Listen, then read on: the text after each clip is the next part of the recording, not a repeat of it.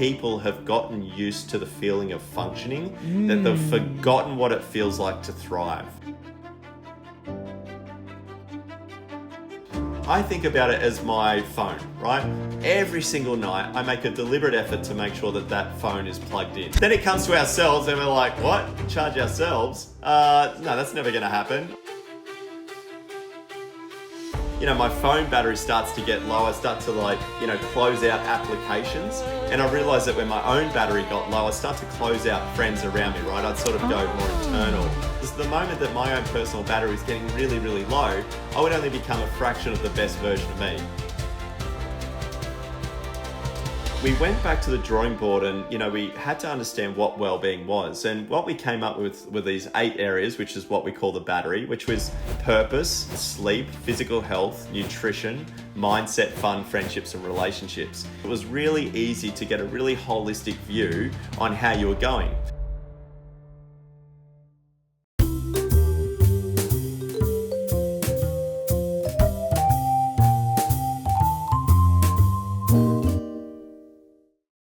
Welcome everyone to the Reconnect to Self podcast, the show that helps you ultimately rediscover what brings you joy. My name is Scott. I am your host for today and also a filmmaker.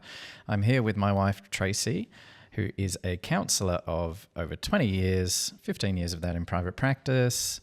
Recently now I can say you're qualified. You can say that now. Qualified breathwork instructor. He's been saying that for a while, but I wasn't actually qualified. Like me saying the word qualified. And a certified psychedelic assisted therapist. How are you? I'm very well. Now, yes, we have another remote guest.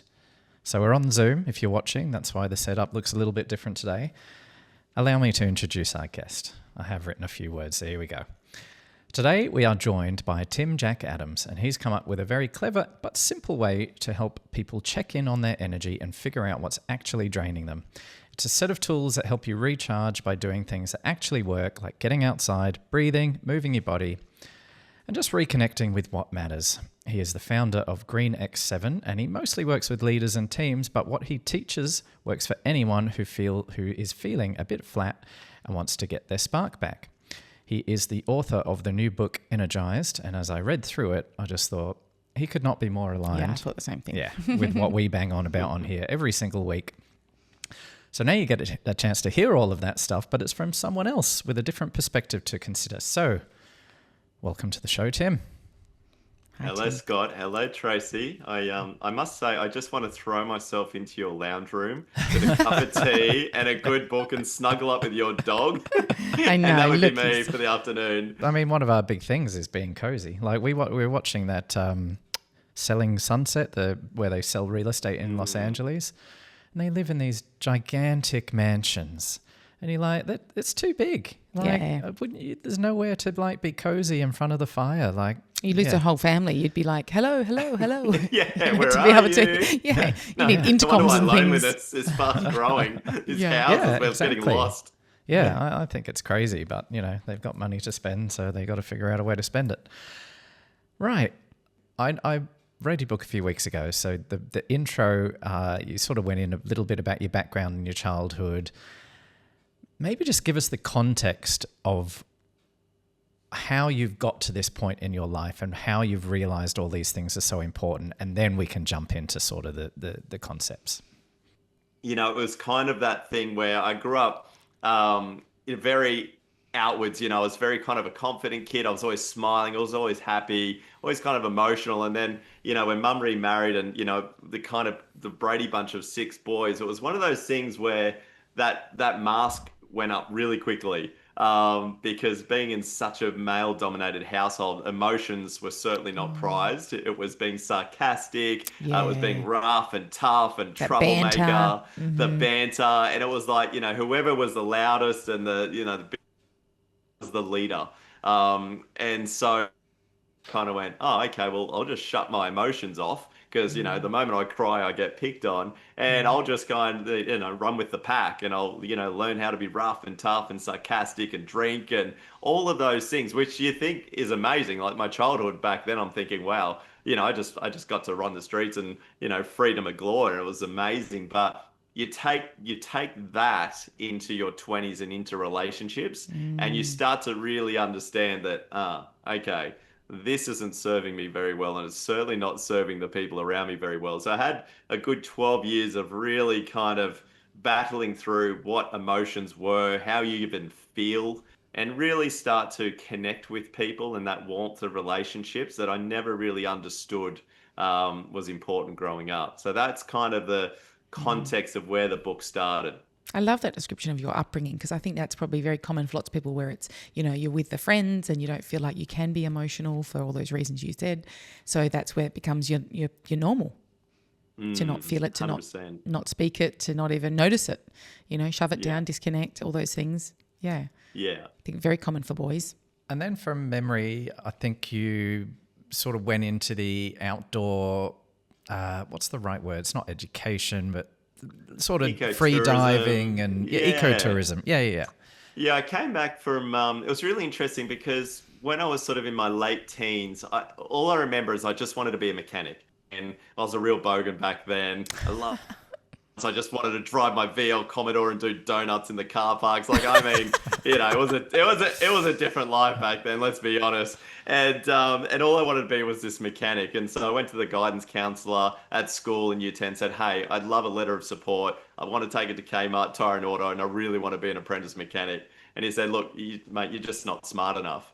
And that was kind of that limiting belief, right? That was that right there, that moment that basically said you're not good enough. Isn't that And crazy so, that someone would say that to you that's an educator? Like, that's crazy. yeah, but back then, Yeah, the 90s. anything went. Anything went, mate. The 90s. I'm 43 now, just to give everyone context. And so, yeah, so I basically just went, okay, well, stuff school is obviously I'm not smart enough for it. I started pushing trolleys for Coles and Woolworths, and I did that for 4 or 5 years Oh, wow. before, yeah, because I thought that was all I could do, right? Like I wasn't smart enough.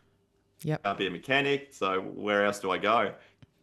And I remember going to my uncle's place, and he was a pool salesman at the time, and he had, the Sony Walkman, the blue, and he had this cassette tapes of Tony Robbins next to Oh. it. And I had Yeah. no idea who Tony Robbins was at the time, right? Like I'm a 19-year-old, bogan, and I put the headset on, press play, and the one line that just was so vividly was, just because it's where you are at now, it doesn't mean it's where you have to stay. And that changed everything for me, that one sentence, because I Wow. realized that, okay, wow, I can grow, I can learn. And so, back then I was pretty kind of depressive. I'd gone inwards, I wasn't having fun anymore. And it was one of those times where, my mum found this journal of mine when she came over for a cup of tea. And she goes, "Hey, Poco." So my name is Poco because I'm really small in my family. So my little brother's 6'7". I'm Oh my six God. foot. 6 foot's really small. And my nickname, so which means little in Italian. We're not Italian, so I have no idea why I got that nickname. And anyway, she's like, "Poco, look, you're not happy, are you, kid?" And I was like, "Oh, I'm all right, Mum." She goes, "You're not." She goes, "I think you need to get out of here. I think you need to find your own way." And so, I packed it all up. I went overseas, did the World Watton track, of, worked in London and Scotland. I really kind of started to find myself and find out, who I was as a person, what I really enjoyed, what made my heart sing. And it was one of those moments. By the time I got back, I had dreadlocks halfway down my back. I had a better tan than I did now, and all I knew is I wanted just to be in nature. I loved the water. It made my heart sing. So I became a dive master and spent the next 5 or 6 years, really taking people blowing bubbles, as I call it, underwater, and just it's an amazing world. Yeah. One of the gents I took out with me yesterday, he's really struggling at the moment with depressions, suicide. Even his wife said, "Look, Timmy, I think this is it for him."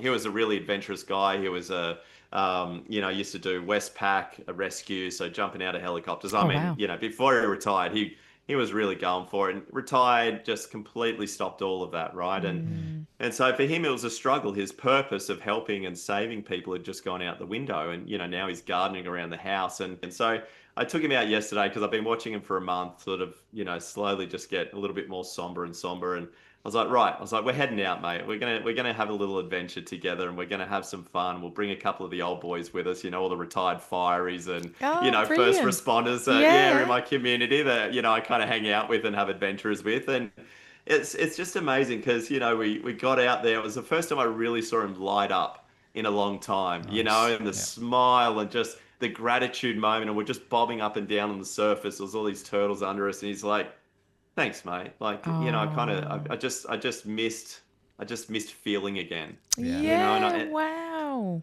as those moments about how I got to where I am now is that in 2012 I was literally sitting under this red tent hiring out paddleboards and kayaks, and I just asked a simple question of why is it when we actively engage in nature we seem to be happier. And the science that outdoors, this medicine cabinet Mm, most of us have no idea about. It's just phenomenal. And I think that, when you look at the science and the research and then you combine that with the practical implementation. And even this morning I went down to Water Sports Guru, which is the company I still own today after 17 years. And I saw that there was a mindfulness in the mangroves going on. And I created that back in 2017, combining all those tools of movement, environment, earthing, time, connection, reflection, and breath. And I beautiful. saw I saw it was on. I rang up my manager. I was like, Eddie, I'm running it. I'm coming down. It's mine. And he's like, yes, Oh, Sivvy, yeah, come down, brother. Like, awesome to have you back on the water. I was like, yep, sick. And so I had these two ladies from Melbourne, corporate, high stress life. And I was like, why'd you book this, ladies? Like, what's going on? They're like, oh, we're just stressed, mate. We've had a big year. We're done. We saw this come up, and we just knew we reset, right? We just needed some rejuvenation. I was like, perfect, let's do this. And it was just one of those moments, same thing. It was glass out on the water. It was beautiful. This Coogin Creek in Kingscliff. It's crystal clear water. And we paddled for a little bit, just getting rid of any of that angst and, pent up, whatever it was that they had. They Yep. just had to get rid of it, through that paddle. yeah. And by the time we got into the mangroves, and it's beautiful. Mangroves on a high tide are different to the mangroves that think on the low tide, right? Like mangroves on low tide, people think, oh, they're stinky, they're yucky. But on a high tide, man, I mean, they're just a nursery of these gorgeous fish everywhere. And, I've got these blooming leaves above you. The sun's flickering through it. It feels like you're in this Oh, kind of magical wonderland. And, we went in through, I got them to lie down. We did some beautiful mindfulness work. And, you get them to just sink into the borders almost as if they were floating on the water itself, right? And then you just allow, like 100%, I give you permission just to be. And for half an hour, I mean, you just go into this almost trance-like state, I right? feel Floating on relaxed even this just thinking water. about that. Oh, it's just Oh, it just amazing, sounds right? magical. It is magical, and it's funny because in my mind, like all the science that's happening, the photon sides from these evergreen trees that are coming in, reducing blood pressure, Oh, yeah, tell all cortisol. that stuff because people think I'm uh, woo woo. And if you get the Oh no! science, Oh no, Tracy. For those people that think you're woo woo, and look, let's be honest. 12 years ago, when we started doing all this research, and I was working for the Australian Defence Force, telling soldiers to take off their shoes and doing all the oh, earthing. good. I've heard it all. But Especially for soldiers, I imagine. for sol oh yeah. And so for those that are listening, so we're in these mangroves, and what's happening at that time is that you've got these gorgeous evergreen trees around you. They're creating this chemical called photon sides. And when we breathe that in, it reduces our blood pressure by up to 10 points, reduces our cortisol levels, right? Stress, and improves our overall well-being. And this is happening all within 2 minutes. Now, you've got the negative ions coming off the water that do the same. You've got that sunshine that actually helps prevent up to 50 chronic diseases and illnesses. And just the sunshine on your skin is an antidepressant. Yeah. And so there's all of these things happening. And then while you're floating on the water, it's almost like you go back into this womb-like state, right? And you go into these deeper layers. You're not quite asleep, but you've Yeah. kind of gone into this trance-like state, and Like that theta you've got brainwave. this, you've got it, and you've got the sound of the birds in the background. You've got the crashing ocean. You've got the leaves, and I mean, it's just one of those things where because most people don't get to do this kind of thing on a day-to-day basis, for them, it's mind-blowing, right? Like for me, I'm so lucky I get to do it all the time. But after 30 minutes, you slowly wake them up. It's like, all right, ladies, start to wiggle your toes, wiggle your fingers, just take your time coming out of it. And it was so funny because after I got up, normally it'd be like, all right, ladies, let's gently paddle out. Mate, they were so in the zone. I was like, girls, you can just stay here for as long as you like. You just stay in this trance-like state and I'll just see you when you get back. And they're like, okay. How long did they half an stay hour. there? Well, they came back about half an hour later, so they were in there for about an hour, and they were just like, Blissed amazing. out. And I was like, blissed out, right? And I was like, ladies, I want you to find that back in your everyday life. Yeah. You know what I mean? Find that special spot for you. Find that space. Create that time for you to actually take the foot off the accelerator, whatever it is for you, just once a week, just to reset and rejuvenate those batteries. And that's a thing. Well, you've set up a perfect segue here, Tim, because using the word battery, because that is one of your concepts, right? Because I feel like we can start delving into, and so this is for anyone who, I think basically all the people who listen to our show, like anyone who's feeling burnt out, stressed out.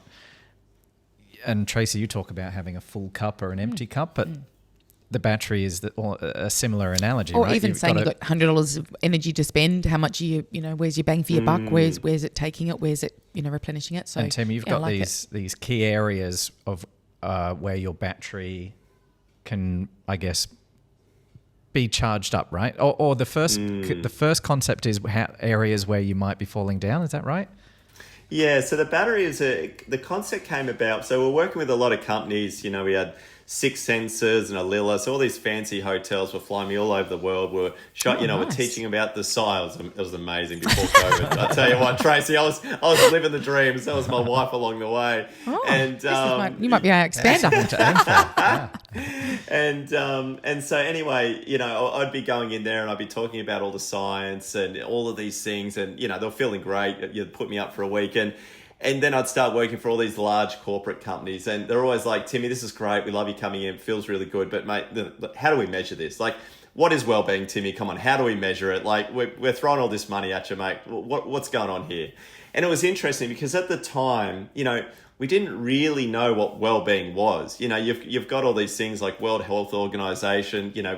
Well-being means to, look after yourself mentally, emotionally, spiritually, physically, socially. They were saying you measure it by, your intellectual. And I'm thinking, I was such a simple guy. I was like, I have no idea really what well-being was. How do I even measure it? How do we even talk about it? And I think one of the things is, we ask, are you okay? But the general response is, yeah, I'm fine. And especially for blokes, because we can't take all of this white noise in our head, this life as we call it, and then all of a sudden we sum it up and we go, yep, this is it.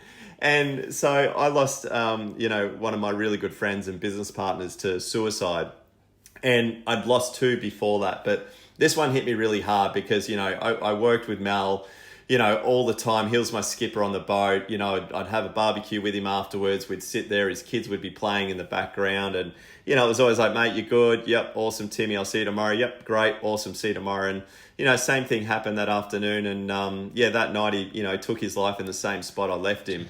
And it was one of those things. Yeah, it was, and it was one of those things where growing up with a bunch of males, you really don't talk anything deeper than surface level, right? Like it's always just about the shallow stuff. And when that happened, I kind of realized that, okay, so I'm working in the wellness space. I'm flying all over the world, teaching. I was a communicator. I was a storyteller. I love the science behind it, but I had to really get, into my own heart and really open up and understand what connection was all about and what vulnerability felt like. And so we went back to the drawing board and, we had to understand what well-being was. And what we came up with were these 8 areas, which is what we call the battery, which was purpose. You've also got sleep, physical health, nutrition, mindset, fun, friendships, and relationships. And we realized that very simply, if you just go, okay, how are we going from 1 to 10 in each one of these areas? It was really easy to get a really holistic view on how you were going. So we created a card game, and that's how we ended up getting the contract for the Australian Defence Force, working with PTSD soldiers. And then unfortunately my board, because we have a very heavy board of neuroscientists and psychologists and God knows everyone else. I'm that practical guy, right? I'm the in-between guy that tries to take all of this fancy white paper research and then dumbs it right down. That's and what goes, we need. Right, this is actually what's going to work for the person in their everyday life. So let's just take this, we'll throw the rest of it out. And, they're like, look, Timmy, the cards are amazing. They're doing phenomenal things. But let's be honest, no one's going to carry around a pack of cards with them everywhere they go. So, we created an app. We, made it so you could measure your well-being in 60 seconds. It now tailors suggestions that you need to actually improve that well-being. Oh, wow. You can share it with your friends, which is why I created it in the first place. Because, I can say it was classic the other day. I've got 2 kids under 4. So, sleep and fun and friendships is always a little bit lower for me. and I sent my battery across to 4 people look after me. So I've got my wife, I've got one of my brothers, and my 2 really good mates. And sent the battery out, and Ant-Man rings me up. He's like, right, we're going for a surf tomorrow morning, Timmy. I'll see you at Chooks, 7 o'clock, and we'll bring a couple of the boys with me. I just think that's so genius. How does the app know that you're fluctuating? Are you entering in information? Yeah, so it takes 60 seconds. So you're literally answering how's your purpose from 1 to 10, how's sleep from 1 to 10, right? And then it'll literally give you a little wellness wheel, and then it'll give you some suggestions. Those suggestions get pushed out to whoever's looking after you. And I think, like Tracey, for coaching clients, right? Like, it's amazing because all I do is get my clients to send me their wellness wheel the day before. I've got a thing. I'm like, okay, now I know exactly what Peter needs. And so it takes the guesswork out of what you think people need, or even a team. So we do it for whole teams. So had a team of 24 yesterday, a leadership team, and their battery was 62%, which is pretty bad. Yeah. The average Australian battery is 66%. The average corporate Australian battery, the team-wise, around 64%. And so for me, it's amazing because I literally can get a snapshot on how that team's going in the moment. I know exactly what they need to work on, what they're really good at. And then we tailor all of our strategies based around that team. And there's no guesswork anymore. So it's pretty amazing. And then obviously throughout the year, we're kind of building up each one of those areas. So we might focus on purpose and we build habits around that. Then we focus on physical health and we build habits around that. So the idea is when it comes to the battery, there's these different zones, right? So 0 to 50%, we kind of call it that survival mode. So anything under 50%. Then anywhere between that kind of 50 to 70%, that's kind of that momentum, that's functioning. So 50 to 70% is functioning. Now, that's where most of us are sitting. And functioning, I kind of put it like, it's like that swan on the top of the water on the top, they're just gracefully, and everyone's like, God, don't they just have it together? And then under the water, you're just like, oh, paddling my God, furiously. Yeah, that's kind of like where most Australians are at the moment. And we have been for quite a long time, actually, because we're measuring Australia's wellbeing for 7 years now. We can do it now per state, per gender, per age group. And then you kind of get into that 80%, and that's really that thrive zone, right? That's when you're really killing it. But for most corporations, I think, 75% is like a unicorn organization. There's really it's a rare breed. I've only had maybe a handful of those over the years, and we've done hundreds of teams now. So I think it's so really clever as well with all your tips, like going through the book where you've got, your movement tips about moving, going for a meeting while you're walking, like all of these tips of how they can add those things in that are really, really tangible. You can easily do any of these things that you've suggested, but how brilliant to be able to look at those scores and then add in those actions to see if as a team you can grow them and improve that. I think it's so clever. I think it's amazing. We were literally, thanks, Tracey. We had a keynote speech on. Scott drags me into these things that I always... You always blame me. You still agree to do them. It was our I get first talked ever into them. keynote. And to be honest, it was actually because Tracey didn't want to do a 45-minute keynote. That freaked me out. I said no immediately. The maximum she'll do is 15 minutes, and then somehow got the idea of getting me on stage. So we almost did a live podcast, a podcast to a live audience as a keynote. So I'm better at responding. So I find that, if I was to get up there and do a talk and just be, trying to remember everything for 45 minutes, I'd feel like I'm performing and it's a bit... It's not you. Bit stilted. It's not really... Yeah, it's not so natural. Yep. So whereas if I'm asked a question, I can just respond and I feel like that's more natural for me. So when the lady rang me, I literally said to her, I've been dreading this phone call. And she laughed and she said, why? And I said, you're going to try and talk me into this. And she did. She did talk me into it, but she negotiated with me, so that was good. But on the so it's a wellbeing conference, wellbeing in the workplace, and so many of the things that you're talking about today is what they were talking about, but I don't know that they had those measurable... No, they should have had you as a keynote. You would have been better. You could have done the 45 minutes. I know. Yeah, the measuring thing's funny because we've gone so long without not being able to measure well-being, and I think what I get excited about now is that we're looking at starting to put this into schools because we're putting all this money in, and I think I'm getting excited because I've got a 5-year-old or almost a 5-year-old, a 3-year-old, and we're about to have another one in March next year. Oh wow! And so for the next 20 years. my life will literally be education, right? Oh, yes. And I think about, me growing up in education and how terrible it was and how useless we are at actually the emotional intelligence side. And we do these, academic report cards, right? Yeah. Like, every term we get these academic report cards of our children. We're like, great. But we don't actually get wellbeing report cards. Like, we Mate, have I no couldn't agree more. Couldn't agree idea more. Yeah. how kids are going. You've just hit on Every episode now, I think this will be the third episode in a row, I'll have a whinge about the schooling system. And I just think we've got it so wrong now. And everything that you said, I'm 100% on board with. Well, one of the things, one of your pillars is fun. And I was looking at that obviously in terms of the workplace. And I totally agree, because when we're having fun, like you said in the book, we're in flow often if we get into those activities that can really make us lose time, and we're enjoying so much. But people don't value that. People think that you being busy and you having that to-do list with 20 things ticked off, you're so successful. So I like, again, in the book, you're talking about redefining what you see as success. And I think fun is one of those really missed areas. In fact, this year, my birthday fell on Easter. And back when we didn't have kids, when Scott first met me, as a group of friends, we would always do the Easter hunt with our friends. And we had one friend that was allergic to chocolate, so he was always the hider. And so he would set up all the hunt.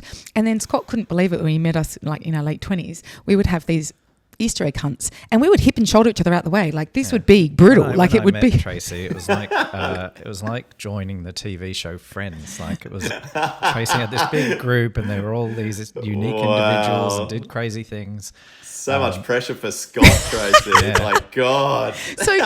Was it Tom Selleck? He was Monique's boyfriend for a while, and he had to fit in with the group. That was a bit like me. Well. So we used to do these Easter egg hunts, and so then when the kids came along, we didn't do them anymore. Yeah. And then because my birthday fell on Easter, I said, I know this sounds stupid, but I'm being part of the hunt. I'm going to be in the hunt with the kids. So I don't think you were, but I ran around. I was the one hiding. Yeah, you hid them.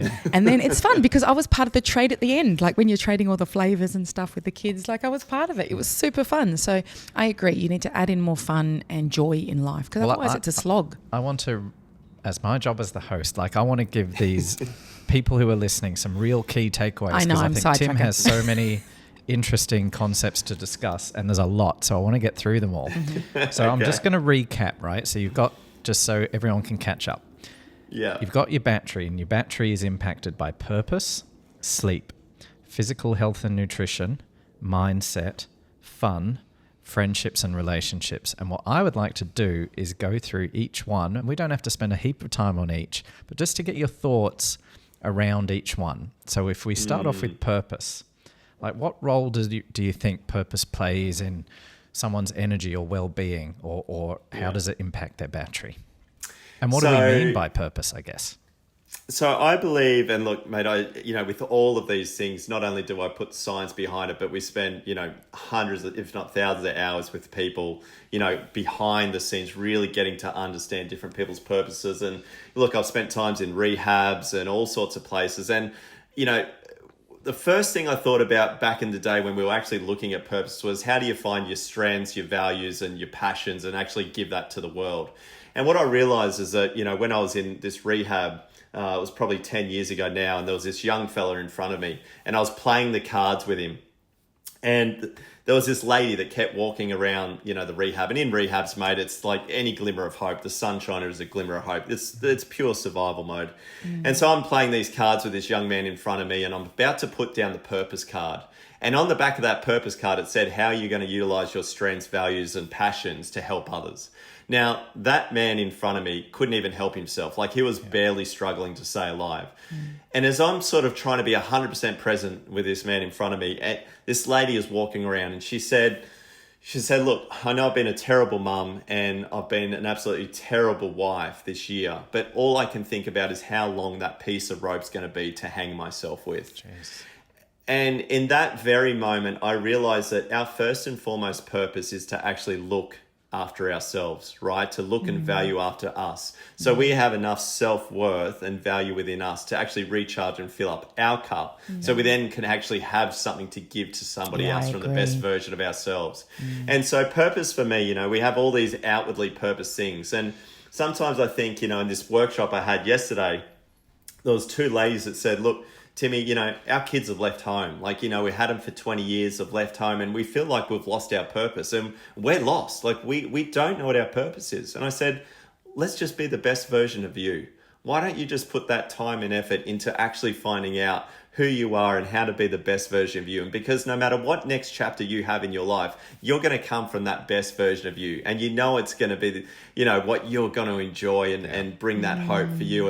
And so I think purpose for me is, number one, just look after yourself, right? Yeah. Because it's actually, people think it's selfish, but it's not. Because when you can't look after yourself and you burn out and then everybody else has to look after you, that's selfish. Yes. And so, you know, when you look after yourself to give yourself to others, I think that's the real purpose of our life. And then you can go and find out what you're good at. And it's not someone else's responsibility to do that for us.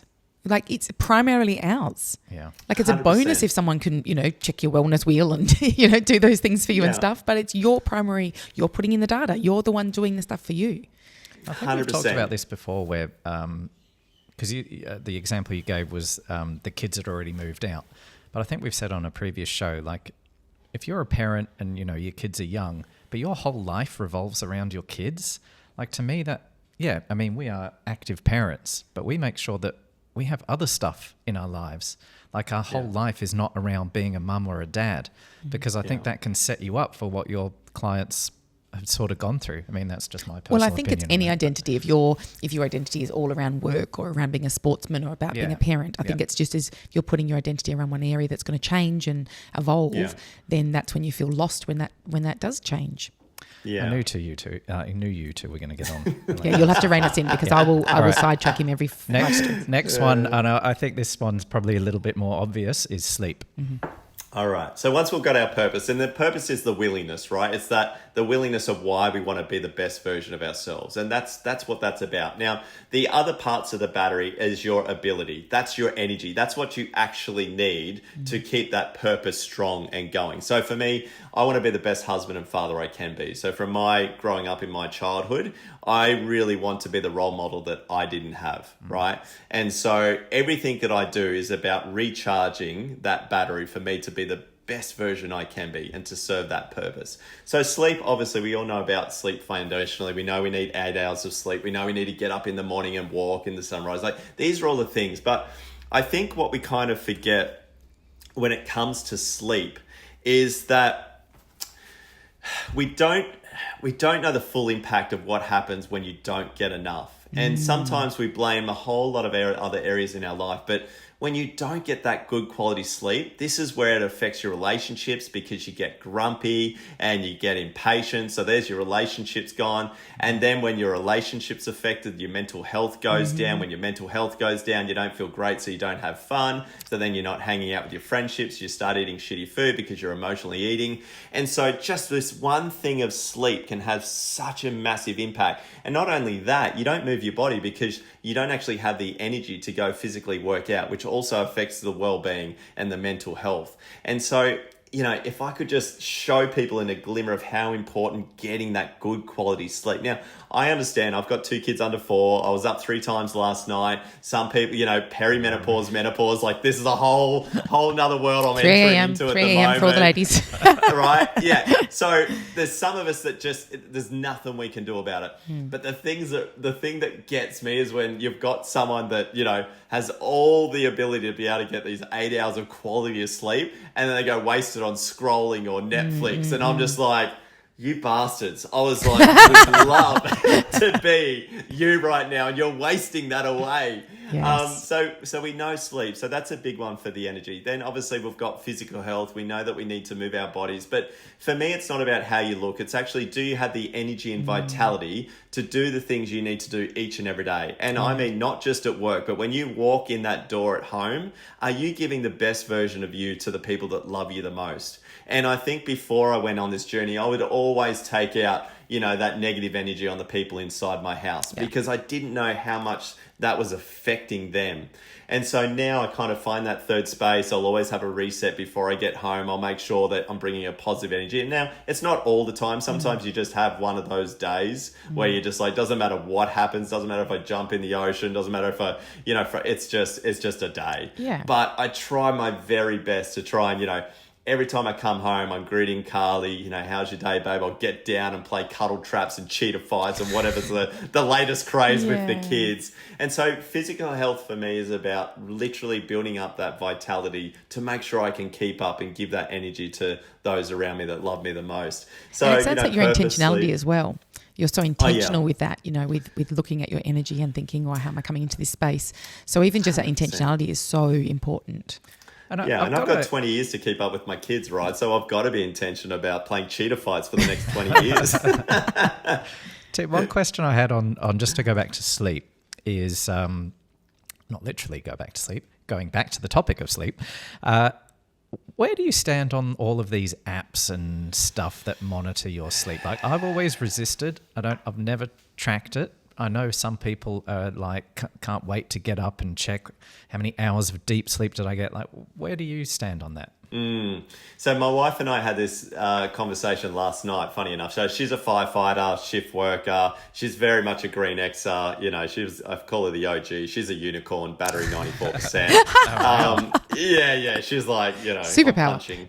Yeah, superpower. And we're actually saying, it was funny because, you know, you can have all the apps in the world, but at the end of the day, when you wake up, you know exactly how you feel. You either feel great or you don't. Like, you don't need an app to tell you whether you slept well or not. You know exactly how you slept. Yep. So, you know, and there's the snore tape, and look, I've tried it all because that's kind of what I've got to do, right? I've got to make sure that what we're researching, is it practical, does it work? But at the end of the day, you wake up, you're either feeling good or you're not. So that's how I've sort of thought about it. But, you know, then I'm like, am I missing something? Like, all these people are so into the apps and that can really monitor everything. And I'm like, I feel like what you just said is true for me. Can I just say as well with sleep, my friend who studied Ayurveda, so she's an Ayurvedic practitioner, she said that, I think we're talking about eating later at night, and she said to me, Tracey, do you want to be digesting or detoxing? And I was like, detoxing. I don't want to be digesting at whatever time of the night. So even just that, making sure you're not eating too late at night so that your body can go through all its processes, you know, that's good for wellness also. Yeah. Absolutely. Mm-hmm. I have a little tip for people. Actually, they were really expensive, but my doctor's, I won't go into all my medical stuff, but doctor recommended these chlorella tablets, and which I think is something to do with algae and seaweed maybe. I'm not 100% sure, but I found those really help with sleep. Like since I've started taking them, and they're just natural, like they're 100% organic, and I take a lot of these things. I'll take like 30 a night, which sounds crazy. That's for his health condition. It's not for a normal person. Yeah. You can take 10 to 30. 30 is the highest you can take. Wow. But I've found, and since I've started taking them, because I used to wake up at like 1 a.m. and then I'd be awake until 3, and then I'd fall asleep again till 6 or 7. To have a full night all the way through, which I've been doing for months now. Don't tell Timmy just woke up twice last night. Yeah, you'll get there, Tim. We've done it. We've done the hard yards. Our youngest is nearly 10. Yeah, we have 3 kids. And similar age gaps to what you were saying, like 2 years between the older 2, and then we had a 4-year gap. And it sounds like you've got a 3-year gap. Or maybe 4. 2 year and then a 3-year gap. So we're just going straight back into the fire. You have to. You just get it done. Get it done. No, you'll be good. Next one is mindset. Tell us a little bit about that. So remember back when I was telling you about it, all I wanted to do was be a mechanic, right? So, and I was told that I wasn't good enough. So that's a limiting mindset. You know, some of us get hangry, some of us get impatient. I don't have enough time. And so when we talk about mindset, you know, I love that book by Carol Dweck, which was literally named Mindset, which really goes back to the origins that, you know, you can actually change the way you think and feel, right? There's neuroplasticity of your brain. And I think throughout my whole life, I've had so many limiting beliefs of, you know, I'm not good enough. I can't do this. I'm not a great connector. And I think that for me, you know, when we talk about being the best version of yourself, I love this philosophy in Japan called Kaizen. And, you know, we work with Toyota, and Toyota uses it as their philosophy, and it is continuous improvement. Yes. And the way that I think about mindset is like that, Kaizen. It's this continuous improvement about looking at what your limiting beliefs are and how they're stopping you from growing into the best version of yourself. And so, like, hangry is a perfect example for me, because like, we grew up as a whole family of getting hangry, and that's, for anyone that doesn't know, it's when you get so hungry, you literally just flip your lid, and it's like I wouldn't know anything about that, would I? Yes, he's very guilty of that. Right, I almost got divorced over it, to be honest. and so I had to rein that back move in. my game. Yeah. And so I read the book, and I was that bad that I'm telling you, my partners used to have to carry a bum bag with food in it, and they would literally just I was shocking. Yep. And so look, I had to. Yeah, I either kept the unicorn, my wife, or, I basically sorted that out. So over about 4-month period, I actually really sort of reined that in. I used to think that I had to eat every 30 minutes to keep this and that. It was all BS. I literally now, I've completely got rid of myself of the hanger, because it was all in my mind, right? Like, it was purely that belief of, when I get hungry, I get angry. Oh, and so wow, really? you created that connection. Yeah, and so, and we got to, so I remember going camping with my brothers, and we forgot to eat dinner before we set up camp. We punched on because we were so angry. I was mad. And so mindset to me, there's so many things about mindset, but just for this very short kind of framing of it, it's, for those listening, it's about, what is that limiting belief that is stopping you? Is it, I don't have enough time? I'm not good enough. I'm not worthy. And so it's for me at the moment, limiting beliefs are a big one for people that we're working with. Yeah. Well, it sounds a lot around self-talk as well, right? So negative self-talk. And then how do you those speak to patterns yourself? from those early childhood years and things, where it's all coming from. I'm surprised that, because my whole hangry thing, we've talked about this before, so I won't go into the full story, but our very first argument was from me being hangry, but it turned out I had a gluten intolerance I didn't know about. And so I was having all of these wrong foods for me. Something was happening where they wouldn't fill me up. I just wouldn't feel hungry. Then I'd get angry. But then once I sorted out my food, and I'm the same as you now, I can go long periods of time without eating. And it's not a problem. Do you know, we're jumping one of the pillars, but nutrition, which is awesome. So let's go on that. Let's go in there. Nutrition. Yep. So I literally today did a microbiome test, right? And this is really interesting, because for people out there that think they're doing all the right things, so you can be moving, you can sleep well, you might think you're eating well, but like you were saying, mate, you could literally be eating all the wrong foods for you.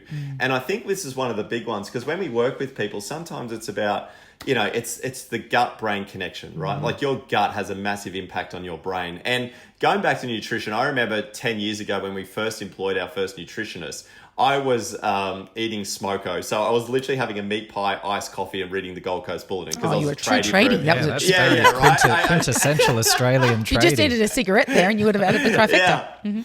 And I remember Bree going, so how does that make you feel? And I'm like, I don't understand that. I'm eating it because it tastes good. And after that, I noticed that my tummy was getting bloated, my brain was brain fog. And it was I was 32. It was the first time in my life that I literally connected the foods that I ate to how I felt. And so when we're doing these workshops, because nutrition is very complicated, right? There's just so much out there. It's very hard to actually go do this, do that. And the thing is, for me, I said, right, when it comes to nutrition, don't multitask while you eat, because it stores fat. We go into fight or flight mode. Just be present and just notice how certain foods make you feel. And if those foods don't make you feel great, just be aware of it. And if you still choose to eat it, well, that's on you. But just know that if you want to be a high performer, or you're going into something where you actually need clarity and health, then let's just eat the foods that feel really good for you. And so it's a very simple way of sort of getting to understand. But if nothing's going right, a microbiome test, an allergy test, these things are really good for a foundation. Like, if you're looking at thriving sustainably for the rest of your life, it's really good to get these biomarkers and look at those genetics, if you can, to work out that, maybe that food that you think is good for you, maybe it's not. Do you know, I think as well, when I've got lots of clients that, obviously go through breakups and things.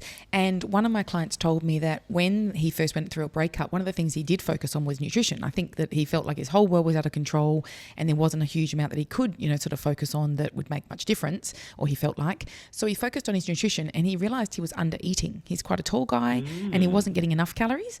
And so as soon as he started making sure that he was eating properly and good food, that made a difference to his energy levels. And then he was feeling better. And then it's funny, he was telling some of the guys on our recent retreat who were recently going through breakups. So he was saying, this is what I started with, was nutrition. And whereas they were eating crappy foods and takeaway and things like that. So him just sharing, that he felt better by focusing on that one area, might encourage them to do that too. But I think as a foundation, when you're feeling really lost about what can I focus on and what's my purpose and blah, blah, blah, like start with nutrition. Start with just feeding yourself well. And even I've looked into in the last few years all about your minerals and really realizing, oh my gosh, women, do not worry about calories. Worry about your minerals. Worry about, getting all those levels, the right way. Because as soon as I started focusing on my magnesium and my vitamin D and, enough sodium in my diet, like proper Celtic salt, not crappy salt, I felt so much better. So I think that's a great pillar to have, in your... I want to ram home the point of tune into how those foods make you feel. I did that for years, right? So after I realized I was intolerant, then I started experimenting with everything and then clocking. How does that make me feel? I'm really tuning in. You're teaching Emmy that? Yeah, I'm teaching our youngest. She has the same intolerances.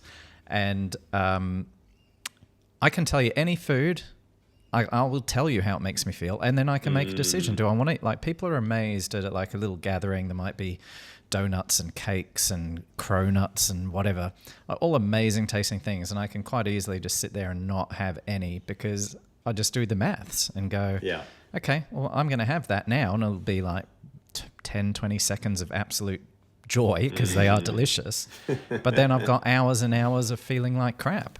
And it's not worth it. So I think that's and we should probably throw alcohol into this mix because it's amazing how when we talk about nutrition, alcohol seems to get out the back door somehow because we all don't want to admit that that's a part of our nutrition. And I think it's scary, right? Because now we know with all the research that it shrinks your brain, it doesn't help with sleep. There's a million things, and I actually went clean about 10 years ago. I was quite an aggressive drunk.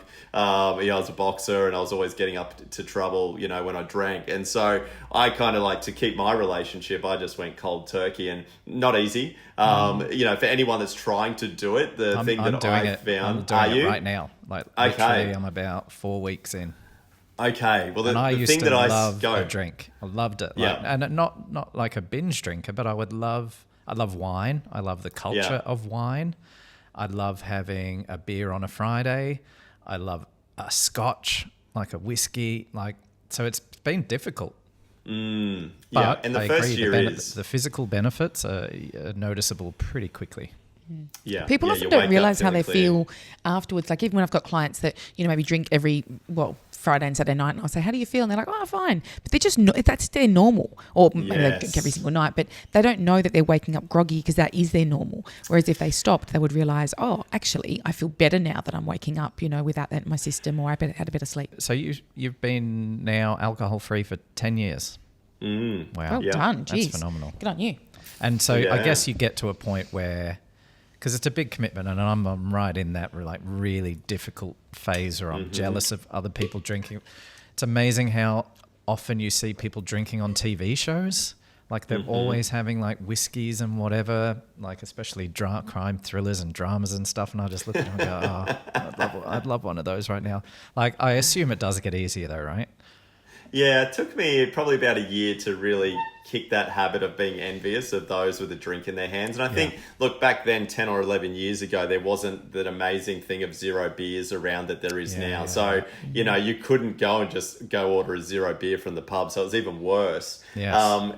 The thing that really helped me was because what would happen is someone would be like, oh, what are you drinking? And you'd always go back to that habit, right? Oh, I'll have this. So I had to find a drink that I was happy with. So now it's the soda, water, and lime. So every time I'm out in a situation, it's like, yep, soda, water, and lime. Yeah, so when you find that drink of choice that you're happy with, you'll find that that'll just be that really easy go-to. Yeah. And I even find too, like I was out to lunch with a board team the other day. I was doing some leadership stuff with them and we went to this fancy restaurant. And normally if I was the last to order, they would all order an alcoholic drink. But this time I was the first one to get asked, what would you like to drink? And I just said, oh, mate, I'll have a soda, water, and lime. And literally, I think 8 out of the 10 of them all went non-alcoholic drinks. Oh, wow. And I was thinking, there you go. And because it's a habit, right? Yes. And, just me by breaking that habit, they're like, oh, yeah, I don't need a beer at bloody 1 o'clock during the day or as whiskey or whatever fancy wine they were drinking, right? And I was like, wow, there you go. 8 out of 10 blokes chose a non-alcoholic version, probably just because I prompted them to go, definitely that. We don't need a drink at 1 o'clock during the day. So it's interesting. And I think I just want to come back on Tracey's point about waking up in the morning and feeling groggy, but that's the norm. And I think what's happened in society, because I know our average battery in Australia is sitting around 65%, which is functioning. Yep. And I think people have gotten used to the feeling of functioning, that they've forgotten what it feels like to thrive. I agree. What a good I agree. point. Yeah. Yeah, and I think this is the problem of why we're not actually trying to move the needle, because we've just gotten comfortable with being okay. Yeah. It's like, you know what? I'm happy just being okay. I'm happy just functioning. But the thing is, when you get into that thrive zone and you wake up feeling good every day, you have the energy to do all the things you want to do. You can get down on the floor and play cheetah fights and cuddle traps. You can, make love to your wife and do it well. Like all of these things. It's like, oh, wow. Okay, this is what life should feel like. Like, this is actually awesome. Like, I love waking up in my brain and my body. Now, I could never say that 10 years ago. I used to hate waking up in my brain and my body. I love waking up in my brain and my body because it feels bloody good. Yeah. And so it's like, I wish I could kind of give someone a pill and just go, hey, this is what you could really feel Yes, like. that's what- if you that's wanted what- to, like right now, boom. And they're like, holy shit. Okay, I actually do need to work on making Getting sure to I that. feel like that. Yeah. Yeah. I love that. Yeah, I love that too. And you sort of talk about that a lot with Groundhog Day, right? Like Yeah, because people you got just to break ki- things. just- Got to break things yeah. up. And I was even thinking when you're talking about taking the ladies for that, going through the mangroves. There's that element of novelty that we need as humans, and if we don't have enough of that novelty, again, I don't think we have enough fun, and we don't have enough of that variety. We're just stuck in those habits and patterns, and everything just feels like, ugh. Well, that's a great segue because fun is the next one. I know we have sort of touched on fun a little bit, but I think let's lock it down. Like, give us the down low on that. So I love, because obviously we did so much research around fun and play, because obviously we're trying to take it into corporations. And, when we talk about flow, and it was, I can never pronounce the guy's name. He was a Russian, academicist, Czech or whatever it is, who created flow. But his original work was actually based on play. But he actually didn't think it was going to get taken seriously. So he called it flow. Yeah, so it's really interesting when you actually start digging deeper into all the benefits of play. Now, number one, if we're talking about workplaces, play is amazing for creating trust. Trust is what we need for the foundations of good culture. Play is literally the fastest way to earn trust with someone, right? And it's really amazing. Like I call it, what do I call play? It's purposeful leisure activating youthfulness. Right? Wonderful. Because I wanted a way for people to think about play and a different thing about being childish. And we spend billions of dollars globally on trying to look and feel younger. And one of the greatest ways to do that, which is actually now proven, is actually a racket sport. So anything really? like table tennis, pickleball, tennis, it can actually take 7.5 years onto your life.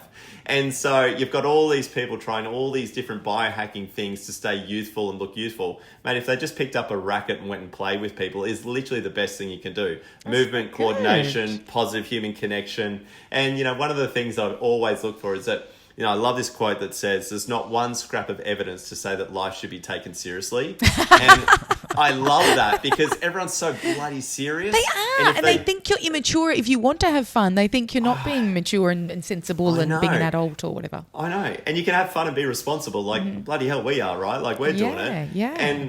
And so I just think, and also too, they don't understand how intrinsically linked fun and mental health is. So the more fun you're having, the better your mental health, right? Like, it's really hard to be sad and pissed off and angry when you're having fun, unless you're at your local sporting match.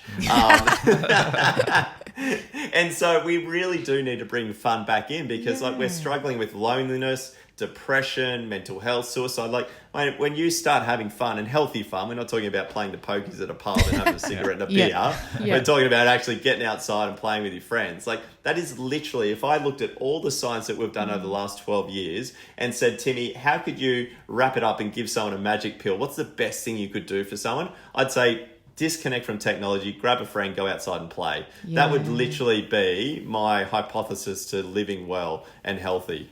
And I think that's going back to the school stuff. That's what I think. Well, I don't know about other schools, but my kid's school is missing because she always comes home and she's saying how bored she is. And I'm like, did you do anything fun today? And she said, I think she said something about Well, that she always says sport because that's the one time they're outside. well, that's what she right? said. She goes, the funnest part of our day was going outside for their physical activity. And I said, oh, you liked that? And she said, no, I just liked going out the class. So it wasn't even like it was fun. It was just that it mixed it up from being in the class. Yeah. So again, when you think about kids, they should be playing as they're learning. Like that should be how they're doing it. If you're in the doing, that's the slog. If you're playing and learning at the same time, like, gosh, I remember someone teaching me chess when I was at school, and they did a chess tournament and we had money, like fake money, and we did this. It was amazing, but I'm learning that whole time. They did the same thing around Melbourne Cup. We actually bet in the classroom. We had to earn fake money doing all the, doing all the things, around the class that, you did the right thing, you got fake money. And then when it came to Melbourne Cup, we learned about odds, we learned about, all of these things. So good. Yeah, but it was fun. It was fun. I remember it always being fun, this particular teacher. So I think that across the board, even in workplaces, you probably can tell I'm a bit of a chatter, but I always would say, if I'm getting my work done, if I'm meeting all those things, why can't I have a chat? Why can't I have a laugh? Like that's what makes work enjoyable for me. If I'm going in there and it's a slog, that drains all my energy. So having that banter, having that fun, that's what makes me lit up. Yeah. Do you think there's a certain age where people just get to and they stop having fun? Like, is it when the weight of the world hits them and they're like, right now I've got a mortgage, I've got kids, I've got to keep this job so I don't get fired? Like, it does feel like there's a point where it goes away. And it could also be where the workplaces are or where your environments are. If you've got friends that think you're a bit silly. Even, to be honest, I had a client once where we were looking at what his list was of what he wanted qualities in a relationship. And he said he wanted someone that he could do practical jokes with because his previous partner had always said, don't you start. If you do that with me, you know where it's going to end. And he felt like he couldn't be playful. And for him, the way he grew up, they always had banter and practical jokes in their family and things. So for him, that was a big missing piece. Even in his relationship, he couldn't be silly and fun. I do love that George Bernard Shaw quote that says, you don't grow old because you stop playing. You don't stop playing because you grow old. You grow old because you stop playing. I like that too. Yeah. That is beautiful. Yeah. And I think, look, we have responsibilities. I've got a couple of businesses, a mortgage, kids, all the things. And I think that I make a deliberate effort to bring joy and spark because I know that it keeps me young and it lights me up and it makes me more bearable for those people around me. And I just look, I honestly believe that if we put more of our healthcare money into, instead of 90% of it goes in prescription, if we actually put more money into preventative healthcare and actually got people to play again, get them outside, right, join groups, all of these things, I could tell you that our battery would actually rise, right? And loneliness would go down and depression would go down. But we don't, right? It's just one of those things that unfortunately I think the healthcare is tilted too far one way and it doesn't want to come back. Yep. But look, I could talk about fun all day long. I own a water sports company for crying out loud.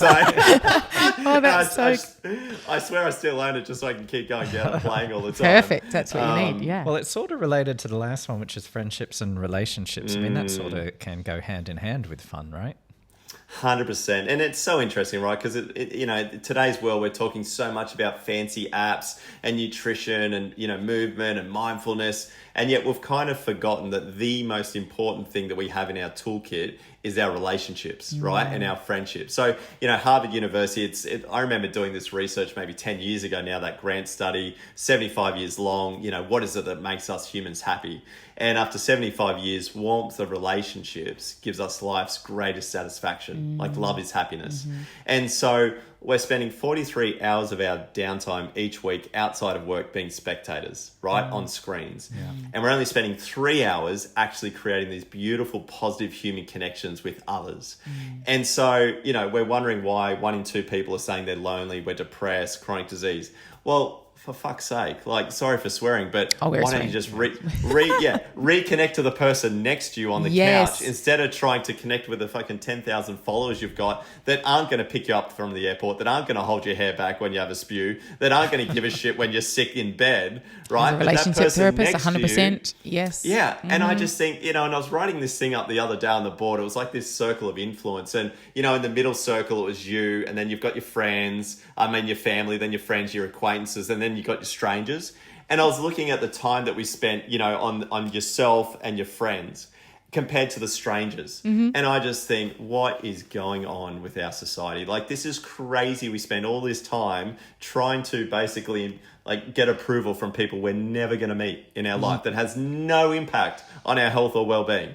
And I'm just are worried about their feedback, or are worried about what they think of us. Yeah. And yet they've got their partner sitting next to them on a couch wanting to have a great conversation, and they're just blowing them off. And I hear this all the time. I agree. They don't prioritise it. The amount of couples I've seen where I'm literally trying to look at how can you come together to connect, even not even for date night. I'm talking about, can we just have some conversation so your communication is better? And they're like, oh, well, okay, I don't know about a Tuesday and a Wednesday. I'm like, if your kid was sick or if your kid needed physio, you would fit that in. You would make that happen. But when I'm asking you, and you're coming to relationship counselling because you're telling me this is important, and you can't even fit that in, it's usually because the interactions aren't going so well, so they're not prioritising it. But it's chicken or the egg. Which one's come first? It's a slippery slope. Yeah. Yeah. Okay. Now we can move in to the next section, which is we've learned about all the things that impact your battery. And now you've got some ideas around, well, how do we actually recharge? And I think this is how you bring it all together, right? Yeah. So if we think about those areas of your life being the battery, the next ones is about how you recharge it. So almost think about it as a car. So your car's the battery and the fuel is what goes into it to keep it running. And so what we find is that the first thing I do when we work with clients is we create a rhythm, right? And I love this rhythm because it basically helps support your life every single day. And we talk about everyday wellness. Now, unfortunately, most people, they might wait for the weekends, but most people kind of wait for those holidays. Oh my God, I've got 2 weeks coming up. Can't wait to recharge the batteries, do something for me. This is us right now, Tim. Yeah, right. And then the day comes, Monday comes around, and they get sick. And they spend the first week of their holidays sick because they've burnt themselves out, right? Like they've gone so hard throughout that, fumes. They're running on fumes. And so, the body's like, you're not doing anything. I'm making you sick so you can chill out and so I can actually start to repair the body. Yeah. So the first week of the 2 weeks holidays is literally laying in bed feeling like shit. And so then the next week you finally get a week's holiday. So what I'm trying to tell people is like, hey, why don't you just take 30 minutes a day to create this beautiful rhythm, build a life that supports you, connect to as many of these tools as possible, and actually recharge on the go every day? Because I think about it as my phone, right? Every single night, I make a deliberate effort to make sure that phone is plugged in 100% of the time. That's so true. Right? And you're checking it throughout the day. You're putting on low power mode. 100%, because I'm like, I want to make sure it wakes up with a full battery so I get the most productivity. Then it comes to ourselves and we're like, what? Charge ourselves? No, that's never going to happen. I'm just going to, I'll just keep going until I'm flat and dead. Yeah. Here we go. Sorry, I lost the screen there for a second. And then I realized I was just like my phone. So when, my phone battery starts to get low, I start to close out applications. And I realized that when my own battery got low, I start to close out friends around me, right? I'd sort of go more internal. Yeah, and I'm like, okay, this is interesting. And then, when your phone battery, it gets really low, less than 10%, and you start to dimmer its light to get as much out of it as possible, right? I was the same. The moment that my own personal battery was getting really, really low, I would only become a fraction of the best version of me. Yeah. I can relate to that. Yeah. That's definitely you. Yeah. And so you go inwards, you're shutting the people out around you, you're not being the best version of you. And I'm thinking, why are we not recharging ourselves just like we're recharging our phones? Is my phone more important than my health? And so this concept came about everyday wellness. Let's just look at these 7 tools of movement, environment, earthing, time, connection, reflection, and breath. How do I combine as many of them into one experience or maybe 2 throughout the day? And that's actually going to be my recharge of my battery. So every single day I'm thriving, right? And when my head hits the pillow that night, I'm good. I've recharged myself. And the next day, I've got the energy to do the same again and again. And that's what those 7 tools that plug into that battery, that well-being is all about. I love that. And a lot of them actually, again, resonate with what we talk a lot about. Not a lot of them, all of them. I think it's in fact, all of them. And some we've gone into detail on. We've done a whole episode on breath work. Nice. I bang on about earthing all the time, but he doesn't know the science. So if you can give him the science for the audience, there's been a previous episode because I love there's a free documentary on YouTube called The Earthing Movie, and Tracey watched it. Well, told me to watch it and watched it with me, and I was blown away because I realised how very few times my bare feet were touching the earth. But then when I try and explain that to someone, I do such a He doesn't terrible- understand about the ions. So we've got positive ions and the Earth has got negative ions. So if you can go into the science. It's complicated, right? And it's funny because I was actually running a workshop in some island off Hong Kong for Quartus for 3 days with this leadership group. And I remember on the second day, I'm like, okay, team, we're going to talk about movement and earthing and all that. So what I want everyone to do is I want you to take your shoes off for me. And I'm not kidding you. There was a lady in that audience that hadn't put her feet on the bare earth for 30 years. It's got to Oh be my close. goodness. It's got to be close. Yeah, I would have been close. Yeah. No, not 30 really. years. That's mental. She Mental. Never. And my and she wasn't the God. only one. There was a 20 years, 15 years. And look, I've spent my whole life barefoot, right? And so, but the thing that I like about earthing, now, yes, awesome for inflammation. We need 20 minutes a day. It helps grounds us. We've got all these positive ions floating around us, which is your technology, this and that. The negative ions that we also find off water, right? And also earthing helps stabilize us. So we get back to that, great for circadian rhythm and all these things. But the thing that I really love about it is that because we're always stuck in our heads, we need ways to actually get out of here and actually get back into that feeling state, that heart space. And so when I take my shoes off and I put them on the grass or the beach, I feel again, right? And it wakes me up. It's like my body's like, oh, hang on, here I am. I'm awake. I can feel, right? Because we stop feeling throughout the day. And it's really interesting because, I live just near a beach. And so every time we're beach walking, I always say there's two types of people that walk on the beach. There's the one that's got the shoes on, the podcast in, and they're like going really fast, and they're not looking around at the gorgeous, the beach and the whales jumping, and they're hardcore, right? They're just in. And what I've realized is the faster you walk, the more you're in your head. And then you get your other people that got the shoes off, they're splashing in the water, they're just frolicking, they're noticing the dolphins, they're noticing the beautiful pebble that's on the beach.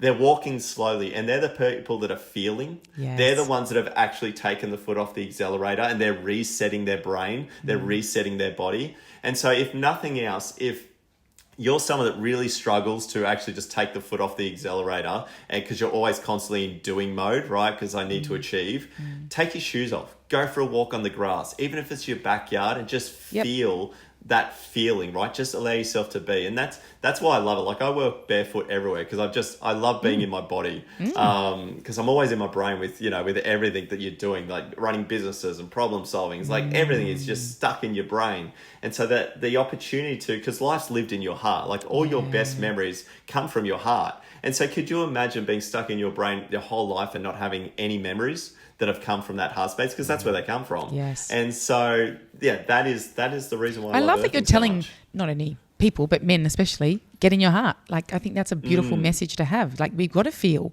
And like you said about your childhood, you were disconnected from your emotions because they weren't recognized and weren't celebrated and weren't, that was a source of shame and, picked on and things when you were sharing those. So I think going back into that is just so important. So is there a particular order you want to go through? Because I want to make sure that people can take these away with them and start implementing. I feel like we might have covered movement and environment altogether then with earthing. So can I just say with the environment, because in your book you said about waterfalls being the most, was it the negative ions, the most highly... Yes. Oh, really? Yeah. So we spend, most of our time, 93% of our time indoors, a lot of us with air conditioning on, worst place ever, right, for our well-being. And it's, when we're talking about positive ions or pretty much negative ions, that's pretty much the place. So this is really interesting because when we work with workplaces and they're like, okay, Tim, what can we do to improve, workplace culture and well-being? I'm like, okay, first of all, this place is stale. You got all your windows closed, the air conditioning's on, fluorescent lights, there's no leaves, there's no trees, there's no landscape. I mean, this is just depressing as hell. Yeah. So one of the greatest things we can do is actually just bring that environment into our home. It's called biophilic design, bringing the outside in. And that's one of the first places. And it's proven that your productivity goes up between 20 and 30% if you actually bring in this biophilic design into your home or your workplace, whatever it is. Wow. So it's really interesting. So when we're talking about these 7 tools, you've got movement, environment, earthing. So these are some of the best things. That's why, when you're around waterfalls, that's the highest negative ions you can get. You feel so energized and alive. Yeah. It's because of that reason. Then we talk about time. And there's two things in time. Number one is all the data behind how much time we need to spend on these things. We know we need 30 minutes of movement a day, elevated heart rate. We know that if you go out into nature, even just 5 minutes is beneficial. We know that 20 minutes is what you need for inflammation when you're earthing. So we also know that with the sunshine, we need about 15 minutes a day when your shadow is shorter than you, which is really interesting because, you know, I grew up in the whole slip, slop, slap generation where you don't go out between 10 and 2. Yes. But that's the only time you actually benefit from the UVB converting to vitamin D3 that helps every single cell in your I didn't body. know that. Oh, I didn't know that either. Yeah. So when You so educating for- us. Thanks, Tim. Yeah, for our listeners, Yeah. when they go outside next and it's sunny, have a look at their shadow. And if their shadow is shorter than them, then they're getting the benefits of the sun and they need around. If you've got, you know, skin color like us, which is light, it's 15 minutes. If it's darker, you need longer. Yeah. And if the shadow is longer than you, it's UVA. We call it UV aging. You're not actually getting any benefits. So it's That's really a great interesting. tip to have a look at that. Yeah. Do your own research, of course. Like we've Yeah. done all the research, but it's always great for, you know, to do your own research. Obviously, you got to be, you know, careful with the sun cancer and all that kind of Yeah. stuff. So, you know, be sun wise.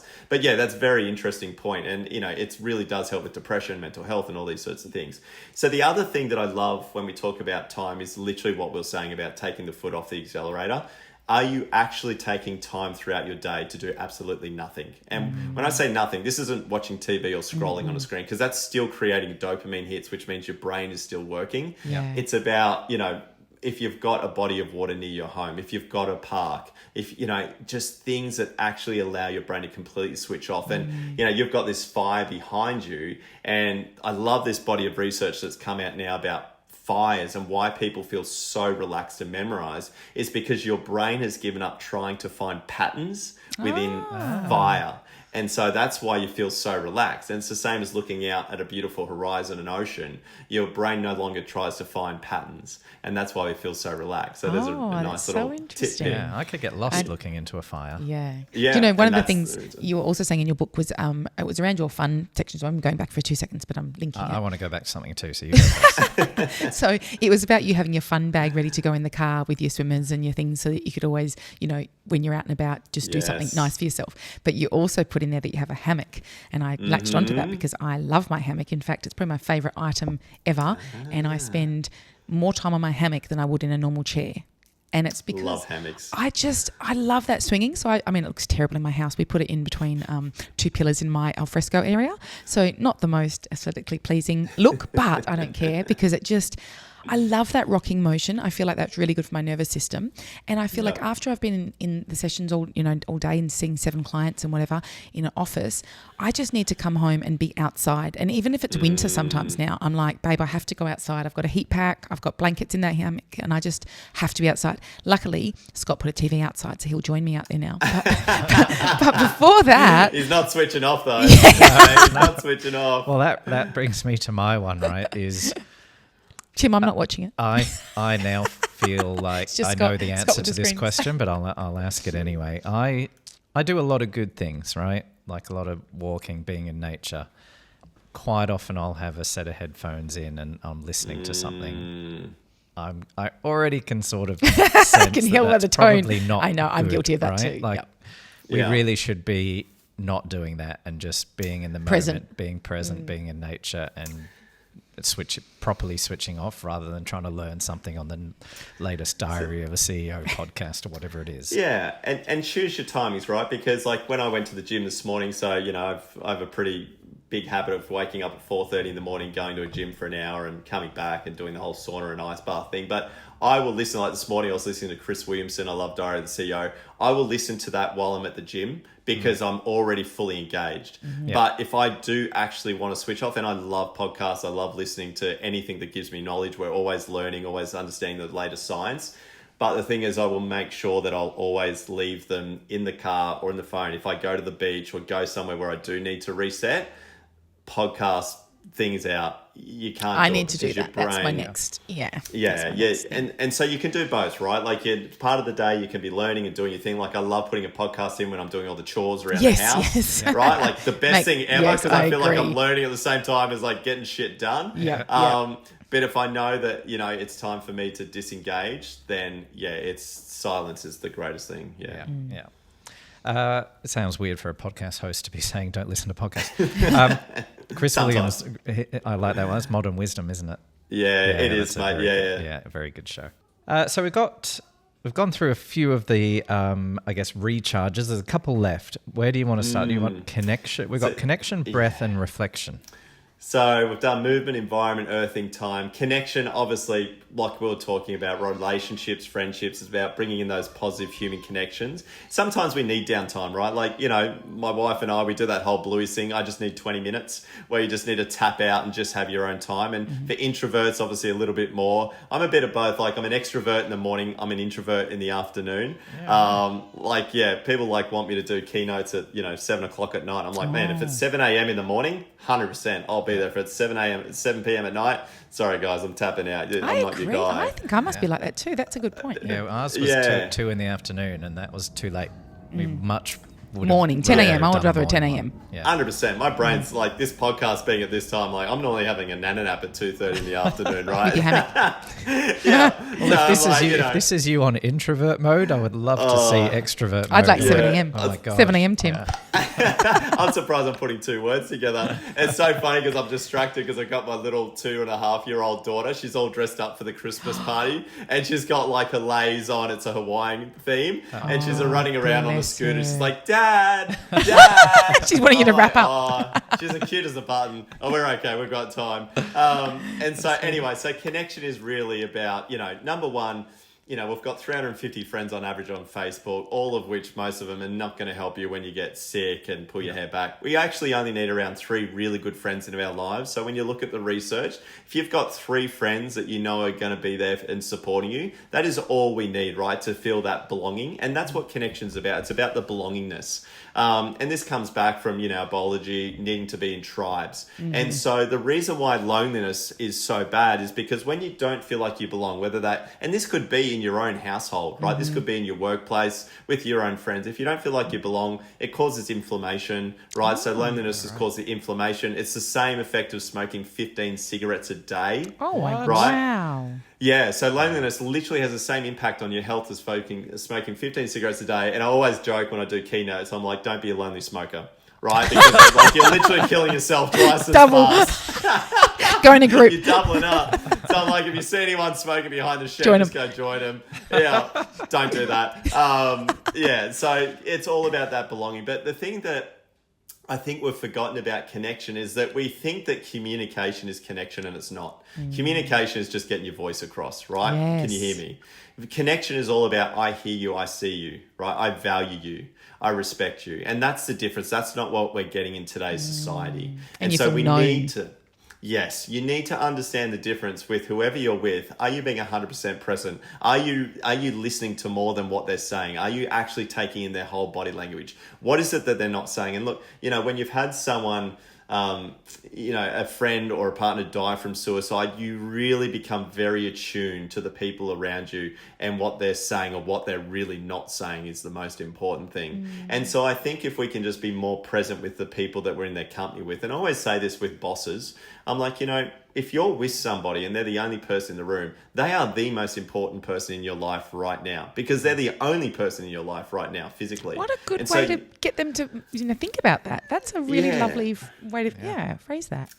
And the thing is that, it's so constant that you see, you're having a boss. And look, most staff won't do this to their boss, but I see bosses doing this all the time where they're having a conversation, their phone rings, they're like, oh, sorry, Amy, do you mind if I just, hang on, sorry, I'll just get this one. And all of a sudden that trust that you've just created with that person, that value, meaning belonging, that marble in the jar, they're like, well, I'll take that marble out and I'll flick that away. And so if we're trying to build trust with people, which at the end of the day is what creates belongingness, right? It's all about putting those marbles in the jar. And I think that's Brene Brown's. I stole that from her. It's trust is about putting marbles in the jar. It's about being 100% present. It's about really listening. It's not about thinking about what you're going to say to them next. It's actually just about taking that in and just being there. And sometimes it's not even about saying anything. It's just like, yeah, I gotcha. I'll hold the space for you. I agree. I'm here. And that's what people are doing sometimes. They're waiting for you to shut up, and then I can say this and this, and they're not even taking in what that person's saying. So I agree. Yeah. Yeah. So that's connection. And then, we're talking about reflection. And reflection is honestly, like, this is why we created the battery, right? 60 seconds, you know exactly what you need to do to move forward in a positive direction. But reflection is actually about, this is when you take out those podcasts, you're doing absolutely nothing, you're sitting in your hammock, right? And you go, right, how am I feeling? Like, how am I really feeling? Like, what's going to take me from a 5 to an 8? What's going to take our relationship from an 8 to a 10? Yeah. Like, it's just that reflection. You can do it with yourself. You can do it with your partner. Like, it was so funny because I actually, today, it was so interesting because my wife and my daughter were outside playing. And so my little man, he'd just come back from kindy at 12 o'clock or whatever it is, introduction to school day.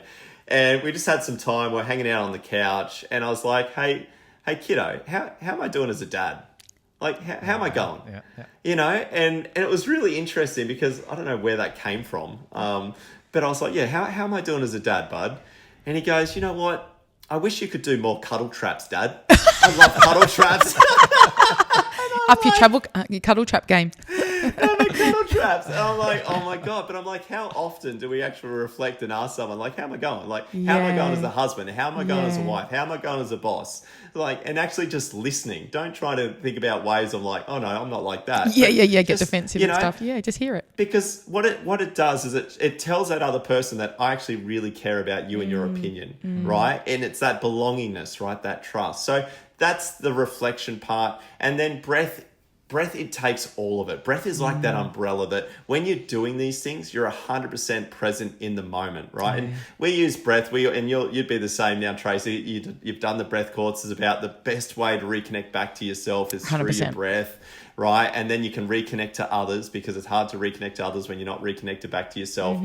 And so when we talk about breath, it's beautiful tool to help get you back into that parasympathetic nervous system, right? But also a beautiful tool to help you reconnect back to yourself so you can then reconnect to others from the best version of you and from your authentic self as well. Yes. And we've got to realize that, the number one regret of the dying is I wish I lived a life true to myself and not the one others expected of me. And it's very, very hard to understand, are you doing that when you're not reconnected back to yourself?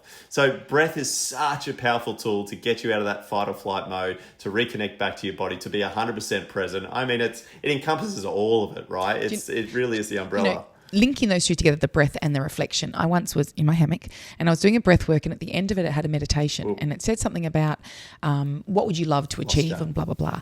And I think I said something about I wanted our retreats to fill up, and then it was saying something about, okay, well, what would you need to retreats to fill up? And I was like, well, maybe if our podcast went really well, then that would help flow into the retreats because I love doing those. Anyway, then I was like, okay, well, how big would the podcast need to be? These are the questions I was having in my head. And as soon as I was like, oh, maybe as big as what I follow, people I follow, and I had this little noticing inside of me that was like, ugh.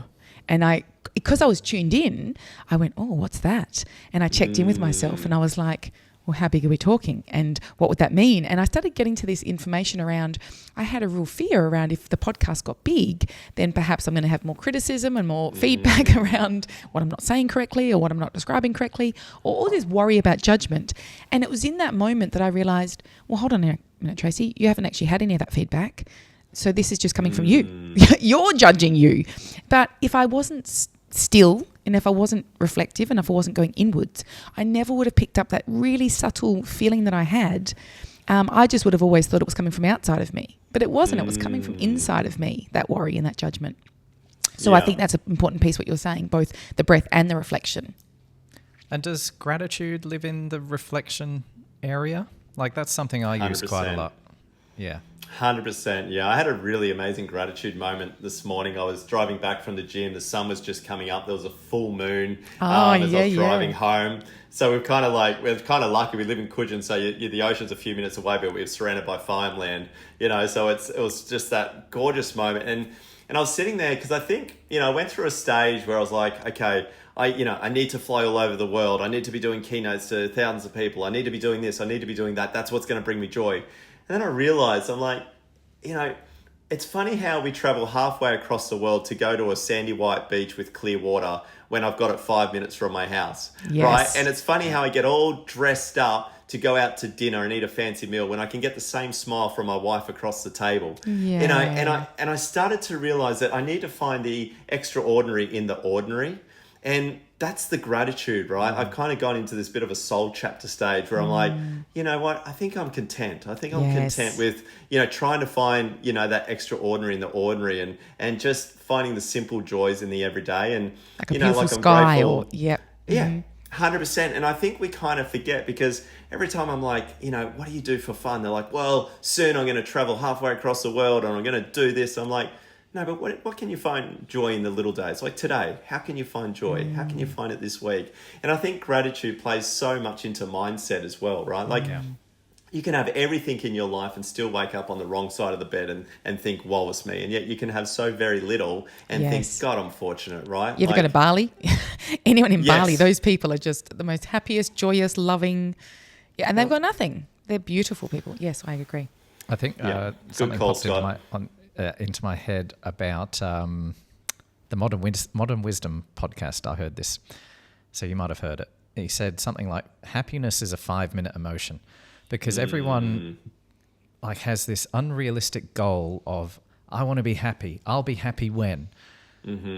But happiness is this 5-minute emotion. What you can aim for is contentment, because I feel like I live content most of the time. Like obviously, like everyone, they have lots of unhappy moments. But happiness is not that often. If you can be content for the majority of your day, then that's a peaceful kind of emotion to sit in. It's a much more realistic emotion that you can sit in. And I think gratefulness is a good way to get you to that point. Yeah, and I think, look, content's an interesting one because the rebuttal to that is that we always need to grow. But you can still grow and be content at the same time, right? And I think the difference is that you've got to be content with where you are right now, you know, in this stage of life. And, you know, I'm always thinking, okay, what does the best version of me look like? But the fact is I'm pretty bloody happy with the version I am at the moment because where I was 12 years ago is a hell of a lot different to where I am now, right? And so being content with who you are right now, that's okay. That's enough, right? But you know what? Sure. Grow a little bit, see what's next, but always be content with what you've got. This podcast is a great example. Like I'm content with everything we have going. I still want to grow this thing. Like I have lots of dreams and aspirations of where I would like it to be, but I'm going to enjoy the journey along the way. I want to look back on, you know, when we first started and think, oh my God, look how far we've come. Like I'm not desperate to get there. You're enjoying the journey. Yeah. Yeah. I think that's important for people to realise because I think a lot of people live in that space of, oh, I'll be happy when I achieve when I whatever get this there and goal when it is gets or to this that arbitrary goal. point. Yep, I agree. You're not in the moment. And the funny thing is, as soon as they get there, they go, what's next? And it's not even like they stay there and enjoy it. The high They achievers literally go, do. okay, on to the next. Yeah. All right, Tim, we have taken up way more time than I thought we were going to of yours. I know you've got some kids waiting for you there. Before we do go, so first of all, thank you, mate. Like you've been such an amazing guest. Yeah, so much information. So many Good tips. Well, I wanted to say, I can't remember what it was. I'll have to cut this bit out now, but it was like nuggets of wisdom, I think is what I was going to say. Can I go back and say it? Yeah. You've given us so many nuggets of wisdom. So genuine, isn't it? Home, that was the second take. So good. That's funny. We don't usually do podcasts this late either, mate. So I know. I'm better in the morning. We'll do the one in 7 a.m. next time. Yeah, we totally could. Yeah. But really, honestly, thank you for sharing so much of your time with us and so much of your knowledge. Before we go, how can our listeners find you? And I want to do a plug for the book. Oh, thanks, my camera over here. Energized, Tim Jack Adams. I presume any good bookshop, they will find it. And loads of practical tips in there. Like there's loads of sections in there where it just literally tells you what you could do and you could just run your eyes down that list and anything jumps out at you, that's what you could start with. So I think you've really broken it down for people and given them loads of good tips and information that they can easily just jump in with. Even like I was saying before, going for walks with your meetings and just mixing things up. That doesn't have to be that you're reinventing the wheel. Just that tiny little tweak and change. I think it would make a huge difference for people. Yeah, I feel like we've scratched the surface on this podcast, but if you want to learn more, get the book. You also have the Green X7 website. Yeah, so you can jump on there, you can do the battery check. So if anyone's very curious on where they sit, so if they know the average battery is 66% at the moment, they can jump in and, press that, how's your battery? So they'll be able to find out and get some good quick tips and tricks. And we're actually measuring Australia's wellbeing at the moment. So every time someone's doing that battery, we get to get some more data pool. Oh, I love and then we're that. going. Yeah, so we're really being able to help out. And it's amazing because, we can see that, people in my age group in this state are sort of struggling with this, whereas over here they're struggling with that. So the idea for us is within 5 years, we're measuring the whole of Australia through schools, communities. We're knowing where, the thrive zones are, where people are surviving, and we can actually sort of take that blueprint and actually put it onto the communities and schools that need it the most. Tim, I love this. Yeah, that's the big goal at Green X7. It's a big one, but we're getting there slowly. So yeah, so anyway, go and jump in on that so I can help you guys out for sure. Love it. We're definitely Beautiful. doing that. And if people want to follow you on social media, where can they find you? Oh, mate, I'm so terrible at social media. I think I have all of like 600 followers. That's more than us. You're beating us. Oh my God, I know. I'm always like, just find me in nature. They can go to Tim Jack Adams, the website, Green X7. They can just Google it. Or if they, come into Kingscliff, they can look me up and come out for a paddle with me and we can take the foot off the accelerator, throw a hammock up there, Tracey, see the turtles and really live life, mate. That's my favourite thing to do with people. Awesome. Yeah. Awesome. Oh, Well, thanks thank again. you so much. We'll We let you could have go. talked to you all day. I Yeah. could have talked to you all day. I know, well, you can know, talk I to a lot did. of people all day. All right. Well, before we wrap up, what have we got coming up? Nothing official yet, but we do have some ideas in the pipeline. Yes, So, and we are also going to be launching pretty soon all of our retreats for next year, which will be Yes. 2 in Chittering, and we are looking at one in Bali for all those people that have been asking me about that. Yes. We are hoping to lock those dates in pretty soon, and we'll launch them. And then you can go on a wait list if you would like a place on those. We also will be looking at doing some day events, whether they are just breath work or maybe adding in another practitioner to do another modality. I'm looking into that right now as well. Yep. But now that I have fully qualified finally. Congratulations. Thank you. That was quite the slog. I think when I had the dream when I was on my psychedelics course about doing the breath work, I thought it would be You didn't realise quicker. Yes. how long it was going to And take. then when I looked into it and saw how intense it was, I thought maybe I'll give myself a break. And then I didn't really, did I? I No. gave myself a couple of months It's before. been a long year and a half. Yeah. Yeah. My 2 qualifications. But anyway, the good thing is I can now put them into practice. Yep. And everyone can benefit from that. So we will be looking into that very soon. We'll put it on social media. We'll pop it in a newsletter. Yeah. So if you don't follow us already, it's at traceyquayle.therapy. But I would highly recommend get on the mailing list. So you can find that at traceyquayle.com. If you get on the mailing list, you're not going to miss out on anything. So obviously we send out details about retreats. If we do, which we still want to do because summer is coming up in Perth, like the meetups that we do, the free events at the beach on a Sunday morning. And of course, as Tracey, you did a good job describing that. It's usually my job to do all the promo stuff. You were good. Yeah, the one-day events that we are planning, if you're on the mailing list, you will hear about those first.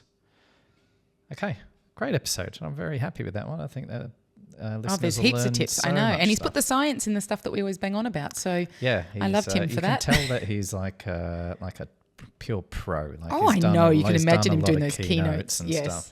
Yeah, I know. he's I was very- thinking about us with 100 people in the room and he's talking about thousands of people. Yeah. He can keep those thousands of people. I'd rather Yeah. not do keynotes. Okay. Good job. You too. Good job, Tim. And we Thanks, will Tim. see you on the next one. Bye. Bye.